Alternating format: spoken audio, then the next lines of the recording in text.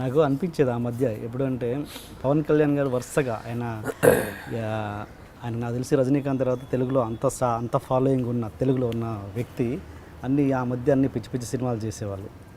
అలాంటి టైంలో అభిమానులు అంత నిరాశపడుతున్న టైంలో గబ్బర్ సింగ్ అనే సినిమాతోటి అసలు అభిమాని ఎలా చూడాలనుకుంటారో అలా చూపించాడు ఎవరు, హరీష్ శంకర్. ఆ తర్వాత మళ్ళీ నాకు అనిపించింది హరీష్ శంకర్ తర్వాత మళ్ళీ పవన్ కళ్యాణ్ని అలా చూపించే వ్యక్తి అనిల్ రావిపూడి నేను నాకు అనిపించింది. అంత మాస్ ఎలిమెంట్స్, అంత కమర్షియల్ ఎలిమెంట్స్ తోటి తీసే పర్సన్ తను అని అనిపించింది. మరి ఎప్పుడైనా అప్రోచ్ అయ్యారా పవన్ కళ్యాణ్ని? కానీ రామ్ ఆల్సో, రామ్ కూడా పర్ఫెక్ట్ సూట్ అవుతారని అతని బాడీ లాంగ్వేజ్కి. ఎప్పుడైనా ట్రై చేశారా వాళ్ళిద్దరు? నేను పవన్ కళ్యాణ్ గారిని అంటే నేను ఎప్పుడు డైరెక్ట్గా కలవలేదండి, ఎప్పుడు కూడా అవకాశం దొరకలేదు నాకు. నిజంగా మీరు అన్నట్టు ఆ ఆపర్చునిటీ వస్తే మాత్రం I can prove something magic అయితే చేయడానికి నేను రెడీ. ఆపర్చునిటీ నాకు వస్తే మాత్రం. రామ్ అంటే మీరు అనేది మన రామ్, నేను రామ్ చరణ్ ఏదో అనుకుంటాను. Ram is very close to me. Kandireega cinema దగ్గర నుంచి తనతో ట్రావెల్ ఉంది. వెరీ గుడ్ ఫ్రెండ్ నాకు. సో తనతో రాజా ది గ్రేట్ సినిమా చేయాలి యాక్చువల్గా మీ ఇద్దరం కలిసి. So Raja the great first version కథ వేరు, ఇప్పుడు మీరు చూసిన కథ వేరు, మేము ఫస్ట్ వెర్షన్ చేసిన కథ వేరు. అది ఒక లవ్ స్టోరీ. దీంట్లో ఏంటి, ఒక అమ్మాయిని కాపాడే ఒక విజువల్లీ ఛాలెంజ్డ్ అబ్బాయి ఇల్లు ఒక అమ్మాయిని కాపాడటం అనేది కథ. అది యాక్చువల్గా లవ్ స్టోరీ. అది ఒక హిందీ సినిమాలాగా స్టార్ట్ అయ్యి ఒక డార్జిలింగ్లో స్టార్ట్ అయ్యి అందులో కూడా విజువల్లీ ఛాలెంజ్డ్ ఒక అమ్మాయితో లవ్ స్టోరీ. ఆ లవ్లో పడ్డాక అమ్మాయికి ఒక ప్రాబ్లం వస్తే ఆ లవర్ని కాపాడుకోవడానికి ఇతను ఎలా ఫైట్ చేశాడు అనేది సెకండ్ హాఫ్. అది చేశాక కొన్ని టెక్నికల్ ఇష్యూస్ వల్ల ఆ ప్రాజెక్ట్ సెట్ కాల. సో అప్పుడు ఏదో చిన్న ప్రొడక్షన్ దీంట్లో వాళ్ళు చేయాలా వీళ్ళు చేయాలని ఒక చిన్న దీంట్లో ఒక కన్ఫ్యూజన్లో పడి ఆ సెట్ అయ్యే ప్రాసెస్లో హైపర్ రిలీజ్ అయింది రామ్కి. ఓకే, ఆయనకి హైపర్ రిలీజ్ అయ్యాక మళ్ళీ back to back commercial film, action film చేయడానికి ఆయన కొంచెం ఆలోచించాడు. అనిల్ మనం తర్వాత చేద్దామా బ్యాక్ టు బ్యాక్ అంటే ఇట్స్ ఓకే అండి, నో ప్రాబ్లం అని చెప్పి ఇద్దరం ఒక హెల్దీగానే అనుకొని పక్కకు వచ్చాం. సో సెట్ అవ్వాల్సిన సినిమా అదే యాక్చువల్గా, అక్కడ బ్రేక్ అయింది. సో మళ్ళీ చూడాలి ఎప్పుడు సెట్ అవుద్ది ఇంకో ప్రాజెక్ట్. ఆ సినిమా తర్వాత ఫీల్ అయ్యాడా రిజల్ట్ని బట్టో లేకపోతే? లేదు, తనకు తెలుసు ఎలాగున్నా ప్రాజెక్ట్ ఆడుద్దని తనకు తెలుసు. కాకపోతే తను పర్సనల్గా మళ్ళీ నేను యాక్షన్ చేస్తే ఆడియన్స్కి back to back commercial films, action film చేయడం ఎందుకు, నన్ను వేరేలాగా చేద్దాం అని చెప్పి అనుకున్నారు ఆయన. సో ఆ ప్రాసెస్లో తను బయటకు వెళ్ళారు తప్ప. సో దానికి తనే చాలా హ్యాపీ ఫీల్ అయ్యారు. రిలీజ్ అయ్యాక ఫోన్ చేసి మాట్లాడారు రవికిషోర్ గారు కానీ రామ్ కానీ, ఆయన చాలా బాగా మాట్లాడారు. ఓకే, ఇంతకుముందు డైరెక్టర్స్ టాపిక్ వచ్చింది కాబట్టి శ్రీను వైట్ల గారు వీళ్ళు అరుణ్ ప్రసాద్ గారు మీ బాబాయ్ ఒకప్పుడు ఆయన తమ్ముడు లాంటి సినిమాలు చేసి సక్సెస్ఫుల్గా ఉన్న డైరెక్టర్. ఇప్పుడు ఆయన రియాక్షన్ ఏంటి అంటే ఏంటంటే ఆయన పాపం ఆల్మోస్ట్ తెరమరుగు అయిపోయారు డైరెక్టర్గా. ఇప్పుడు ఆయన రియాక్షన్ ఎలా ఉంటుంది, మీ సక్సెస్ని ఆయన ఎలా ఎంజాయ్ చేస్తున్నారు? చాలా ప్రౌడ్గా ఫీల్ అవుతున్నాను ఆయన దగ్గరికి. నేను ఏం చెప్పైతే వచ్చానో జాయిన్ అయ్యే ముందు, సో ఆయన ఒకటి చెప్పారు, చాలా టఫ్ ఉంటుంది ఇండస్ట్రీలో, ఇక్కడ పైకి రావటం కానీ సెటిల్ అవటం కానీ చాలా కష్టం అని చెప్పారు. బట్ హార్డ్ వర్క్ చేసి డీవియేట్ అవ్వకుండా అని ఒకటే మాట చెప్పారు, ఒక్క సెకండ్ కూడా డీవియేట్ అవ్వకుండా పని చేస్తే you can taste the success అని. అదొకటే చెప్పారు ఆయన. నేను బిగినింగ్లో ఆయన దగ్గర జాయిన్ అయ్యేటప్పుడు అదొకటే బిలీవ్ చేశాను నేను. సో ఈరోజు ఆయన చాలా హ్యాపీగా ఉన్నారు. నేను రీసెంట్గా కూడా ఒక 1 month బ్యాక్ కలిశాను. So is very happy. నా ప్రతి ఫిలిం చూస్తారు, ఫోన్ చేసి మాట్లాడుతారు.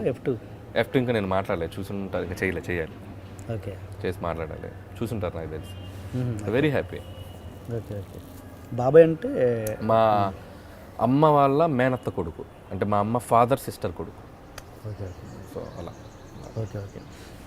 అంటే డైరెక్టర్స్ అనేవాళ్ళు నాకు తెలిసి 2 రకాలుగా ఉంటారు. ఒకటేమో తనకు నచ్చింది తీసుకుంటూ పోవడం, అది సిట్టా ఫ్లాపా పక్కన పెట్టి తనకు నచ్చింది తను సాటిస్ఫై అవుతే చాలు, ఆర్జీ గారిలాగా తనకు నచ్చింది తీసుకుంటూ పోవడం.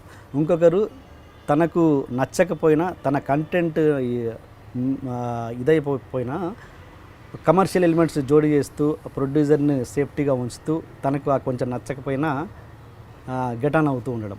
ఈ రెండిట్లో మీరు ఏ టైప్ డైరెక్టర్? రెండోదే అండి, మొహమాటమే లేదు, రెండోదే. అంటే ఒకటి నా ఇన్వెస్ట్మెంట్ అయితే, నేను పెట్టే రూపాయి అయితే నేను ఏమైనా చేయొచ్చు. ఇప్పుడు మీరు నన్ను నమ్మి, మీరు సపోజ్ ప్రొడ్యూసర్ అనుకోండి, నన్ను నమ్మి అనిల్ బాగా తీస్తాడని సినిమా నా దగ్గరకు వచ్చి నీ మీద ఒక 10 కోట్లు బడ్జెట్ పెడతానబ్బా నాకు మంచి సినిమా తీసి పెట్టి అనిల్ అంటే నేను మీకు పెట్టిన 10 కోట్లు ₹1 లాభం రాకపోయినా ₹1 నష్టం రాకుండా పనిచేయాలి. ఓకే. దానికి నేను ఏం చేయాలో అదే పని చేయాలి. దట్స్ వాట్ సినిమా నేను బిలీవ్ చేసే సినిమా అదే. నిర్మాత బాగుంటే 10 మందికి వర్క్ దొరుకుద్ది. సో ఫస్ట్ ప్రయారిటీ నేను ప్రొడ్యూసర్కే ఇస్తాను. ఇది నా 4th ఫిలిం. ఆ ప్రొడ్యూసర్ తీసిన సినిమాకి at the end of the day అతనికి మన వల్ల నష్టం రావద్దు.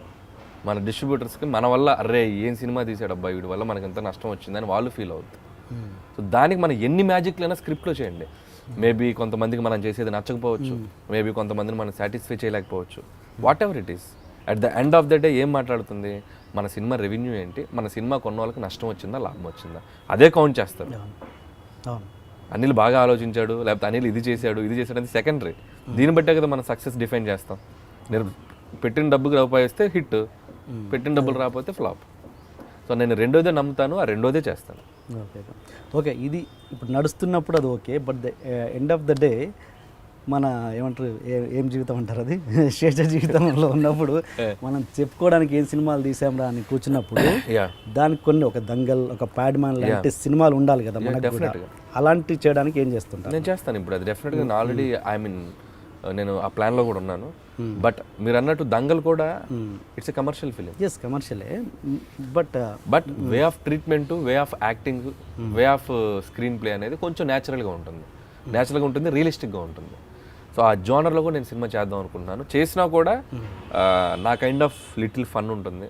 ఇప్పుడు మేబీ ఇలాంటి ఎగ్జాస్ట్ లౌడ్ ఫన్ ఉండకపోవచ్చు, బట్ ఆ సినిమాకి కావాల్సినటువంటి చిన్న చిన్న ఫన్ ఎలిమెంట్స్ ఉంచుకుంటూ బట్ అలాగే సిన్సియర్గా అటెంప్ట్ చేసి ఒక సినిమా చేయాలని ఉంది. బట్ సూన్ చేస్తాను అలాంటి సినిమా. మీరు అన్నట్టు లైబ్రరీ అన్నారు కదా, సో నేను ప్రతి సినిమాకి అది ఫిక్స్ అయ్యే చేస్తానండి. నేను తెలుసో తెలియకో సంగీతం శ్రీనివాసరావు గారిని కొంచెం ఎక్కువ ఫాలో అవుతుంటాను. ఓకే. ఎక్స్పెరిమెంట్ చేసిన డైరెక్టర్ ఆయన. At the same time experiments కమర్షియల్గా అందరికీ రీచ్ అయ్యేలా చేశాడు చాలా ఫిలిమ్స్. ఒక విచిత్ర సోదరులు అనే సినిమా ఒక మరగుజ్జు పాత్ర పెట్టి పక్కా కమర్షియల్ ఫార్మాట్లో తీశారు సినిమా. ఒక రివెంజ్, ఫాదర్ని చంపిన రివెంజ్ని ఒక చిన్న బాబు ఎలా మరగుజ్జు కమలాసన్ ఎలా రివెంజ్ తెచ్చుకుంది, అంతకు మించిన ఫార్మాట్ ఉంది. సో నేను అది బిలీవ్ చేస్తాను. దానికి ఆ ఐడియా నుంచి నేను రాజా ది గ్రేట్ తీసుకున్నాను. ఒక డిజేబుల్ని ఏదైనా చేయగలడు అనేది మనం ఎక్కడో చోట మన ముందున్న మహానుభావులు చాలా చేశారండి సినిమాల్లో. మనం పెద్ద కష్టపడక్కర్లా. క్రియేటివిటీకి ఇప్పుడున్న దీనికి to be Frank 50s, 60s, 70s, 80s, 90sలో చాలామంది డైరెక్టర్స్లో ఎక్స్పెరిమెంట్స్ బోల్డ్ చేసేసారు. మనం కరెక్ట్గా చూసుకుంటే అలాంటి జోనర్స్ కొన్ని పిక్ చేసుకుంటే మంచి సినిమా చేసుకుంటూ వెళ్ళిపోవచ్చు. సో నేను సంగీతం గారిది కొంచెం ఫాలో అవుతుంటాను. అందుకే రాజా ది గ్రేట్ అనే సినిమా నేను అంత ధైర్యంగా అటెంప్ట్ చేయగలిగాను. ఇప్పుడు అదే రాజా ది గ్రేట్ని నేను కాబిల్లాగా తీయొచ్చు, లేదంటే కొంచెం రియలిస్టిక్గా కొంచెం లైవ్లీగా తీయొచ్చు. బట్ రవితేజ లాంటి హీరోతో నేను అంత బడ్జెట్ పెట్టి నేను ఆ సినిమా అలా తీస్తే అది రేపు వర్క్ కాకపోతే అసలు దాన్ని ఎవరు గుర్తించరు. సో అవన్నీ కొన్ని కాంప్లికేషన్స్ ఉంటాయి. వాటన్నిటిని పెట్టి మళ్ళీ అవుట్ ఆఫ్ లాజిక్ వెళ్ళకుండా చేయాలంటే చాలా కమర్షియల్ సినిమా తీయటమే చాలా కష్టం అండి. ఒక సెక్టర్ ఆఫ్ ఆడియన్స్కి సినిమా తీయడం చాలా ఈజీ. నన్ను అడిగితే వాడు బిలీవ్ చేసి వెళ్ళిపోవచ్చు. కమర్షియల్ సినిమా అనేసరికి ఓవరాల్గా అందరు ఆడియన్స్కి రీచ్ అయ్యేలా చేసేటప్పుడు కొంచెం తెలిసిన పాయింట్ ఉంటుంది, కొంచెం నావెల్గా కొన్ని చెప్పాలి. మళ్ళీ తీసిన సినిమా తీస్తే చూడరు. దాంట్లో ఏదో కొత్తదనం ట్రీట్మెంట్లోనో, ఫైట్స్లోనో, లేకపోతే డైలాగ్స్లోనో, ఎంటర్టైన్మెంట్ సీక్వెన్స్లోనో ఏవో కొన్ని కొత్త ఎలిమెంట్స్ పెట్టాలి. సో అది కొంచెం ఎప్పుడు రిస్క్ షాటే. దాన్ని జాగ్రత్తగా డిజైన్ చేసి చేయాలి కమర్షియల్ ఫిలిమ్స్. అంటే నాకు ఒక డౌట్ ఏంటంటే, ఇప్పుడు మీలాంటి ఒక డైరెక్టర్ స్టార్ అయ్యాక లేకపోతే హీరో స్టార్ అయ్యాక వాళ్ళు ఎక్స్పెరిమెంట్ లాగానే ఒక సినిమాలు ఎందుకు చేయరు? అంటే